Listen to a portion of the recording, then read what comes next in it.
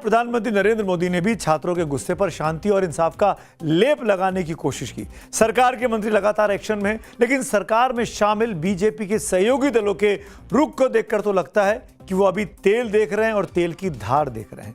तभी तो उनसे सवाल पूछा जाता है कि छात्रों पर जो 20 जुलाई को लाठीचार्ज किया पुलिस ने, वो उसको कैसे देखते हैं। तो जवाब में कोई कहता है कि हमने तो देखा ही नहीं, तो कई हैं जिनकी जुबान से विपक्ष की आलोचना निकलती है और राहुल गांधी से सवाल।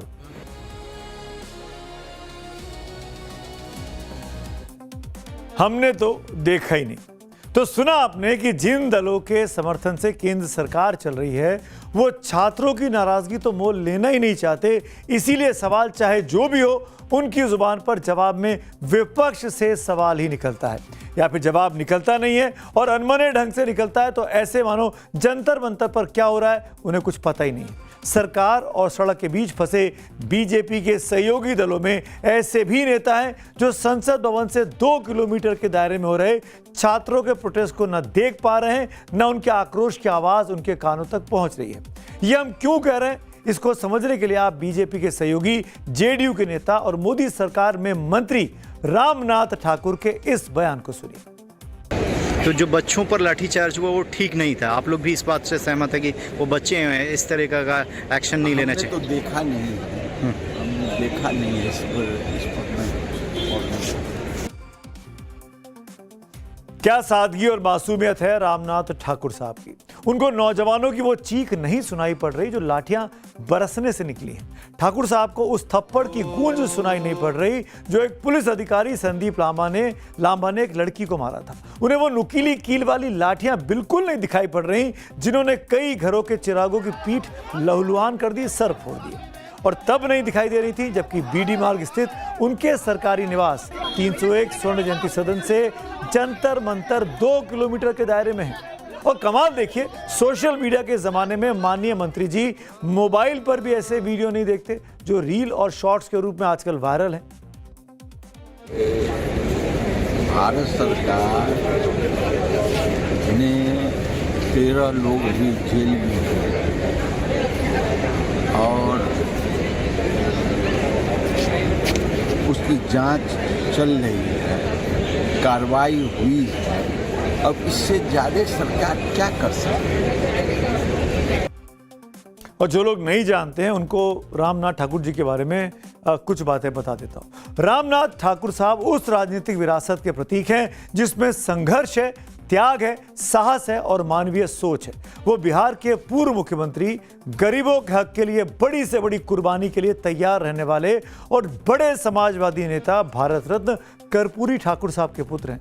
उन्हीं कर्पूरी ठाकुर के जिनको भारत रत्न से अभी बिहार चुनाव के पहले सरकार ने नवाजा था। कर्पूरी ठाकुर उसूलों के लिए बड़ी से बड़ी ताकतों से टकराना चाहते थे। रामनाथ ठाकुर उससे कतराना जानते हैं। एक सच्ची घटना याद आ रही है। 1985 में जब बिहार में विधानसभा के चुनाव हो रहे थे तो कर्पूरी ठाकुर के सामने पार्टी के उम्मीदवारों की लिस्ट लाई गई। कर्पूरी ठाकुर ने उसमें अपना नाम भी देखा और अपने बेटे इन्हीं रामनाथ ठाकुर साहब का नाम भी देखा। उन्होंने अपनी पार्टी से साफ कह दिया कि या तो वो खुद चुनाव लड़ेंगे या उनका बेटा लड़ेगा, यानी परिवार से एक ही व्यक्ति। आखिर में रामनाथ ठाकुर साहब का टिकट काटा और खुद कर्पूरी ठाकुर चुनाव लड़े। लेकिन नौजवानों के सवाल से कतराकर निकल जाने का मामला जेडीयू का ही नहीं बल्कि एनडीए की दूसरी पार्टियों का भी यही हाल है। बाबा साहब अंबेडकर ने जिस रिपब्लिकन पार्टी ऑफ इंडिया का निर्माण किया था उससे निकली आरपीआई के अध्यक्ष रामदास अठावले जो मानते हैं कि लाठी नहीं चलनी चाहिए, लेकिन ये बात छात्रों को भी सोचना चाहिए। स्टूडेंट ने भी मतलब अपना कंट्रोल करने की आवश्यकता थी, लेकिन वो मतलब बैरिकेड तोड़कर आगे भाग कर आने का प्रयत्न कर रहे थे। लेकिन बच्चों पर लाठीचार्ज होना ठीक है नहीं है मतलब, लेकिन बच्चों ने भी थोड़ा सा आंदोलन जब करते हैं तो ध्यान देने की आवश्यकता है, क्योंकि हम भी स्टूडेंट थे, हम भी आंदोलन करते थे और हमें मालूम है कि एक लिमिट के बाहर अगर हम जाते हैं तो पुलिस वाले लाठीचार्ज करते हैं, लेकिन ऐसा नहीं होना चाहिए था।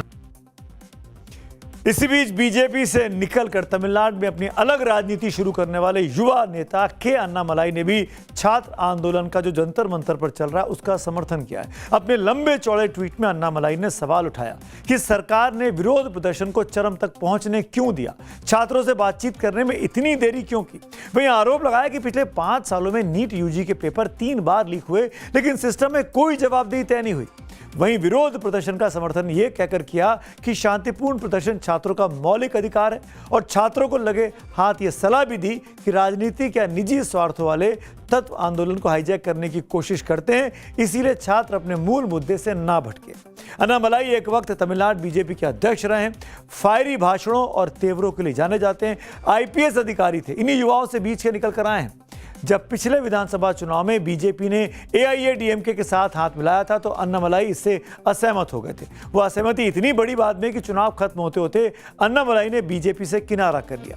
लेकिन खास बात ये रही, ये बहुत खास है कि अपनी भारतीय जनता पार्टी छोड़ने से पहले वो दिल्ली आए और पार्टी के बड़े नेताओं से उनकी सौहार्दपूर्ण मुलाकातें भी हुई। ये तस्वीरें उसी वक्त की हैं। 2 जून को उन्होंने दिल्ली में गृह मंत्री अमित शाह से मुलाकात की और उस वक्त पार्टी के अध्यक्ष नितिन नवीन से भी उनकी मुलाकात हुई थी।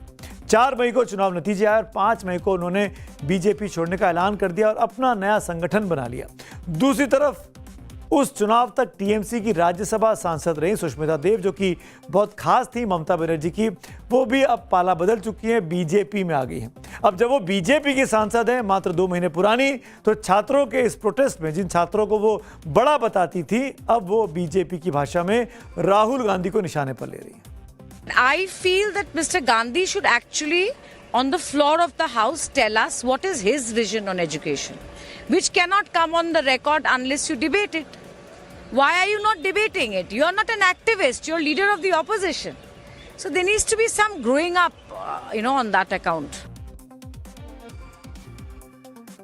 और इतना ही नहीं, जो लोग बीजेपी के सांसद हैं वो इन छात्र के प्रोटेस्ट पर क्या कह रहे हैं वो भी आपको आज जरूर सुनना चाहिए।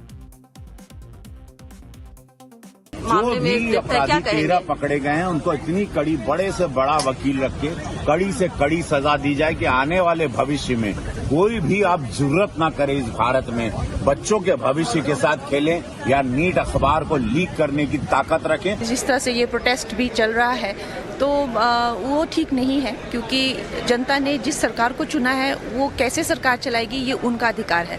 अगर आपको इतना ही है तो आप भी खड़े हो जाइए। तो आप आर्म ट्विस्ट नहीं कर सकते गवर्नमेंट को कि आपको किसको सैक करिए, किसको रखिए। तो ये आर्म ट्विस्टिंग अच्छी नहीं है। छात्र आर्म ट्विस्टिंग कर रहे हैं। जिन छात्रों से सरकार बातचीत करना चाह रही है, नीट पेपर को नीट अखबार कह रहे हैं माननीय सांसद रवि किशन जी।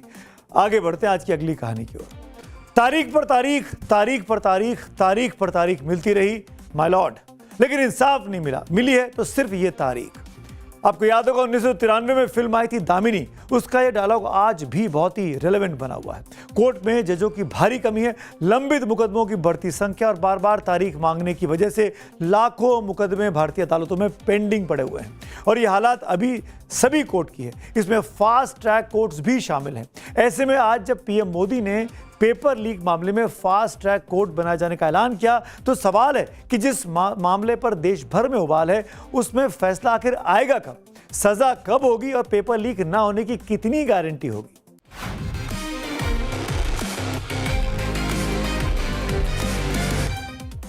तो फास्ट ट्रैक आज के दिन का कीवर्ड आप इसको कह सकते हैं। दरअसल नीट पेपर लीक के बाद बढ़ते बवाल को थामने के लिए आज सुबह पीएम मोदी ने बहुत बड़ा फैसला किया था। पीएम मोदी ने पेपर लीक से जुड़े मामलों की सुनवाई के लिए देश में फास्ट ट्रैक कोर्ट्स बनाए जाने का ऐलान कर दिया, जिसके बाद कानून मंत्रालय ने आदेश भी अब जारी कर दिए हैं। नीट पेपर लीक के आरोपियों को जल्द सजा दिलाने के लिए 4 राज्यों में फास्ट ट्रैक कोर्ट बनाए जाएंगे। सुनिए पीएम मोदी के इस फैसले की कैसे बीजेपी अपनी पीठ खुद थपथपा रही है। उसके बाद फास्ट ट्रैक कोर्ट का हम एक फैक्ट चेक भी करेंगे।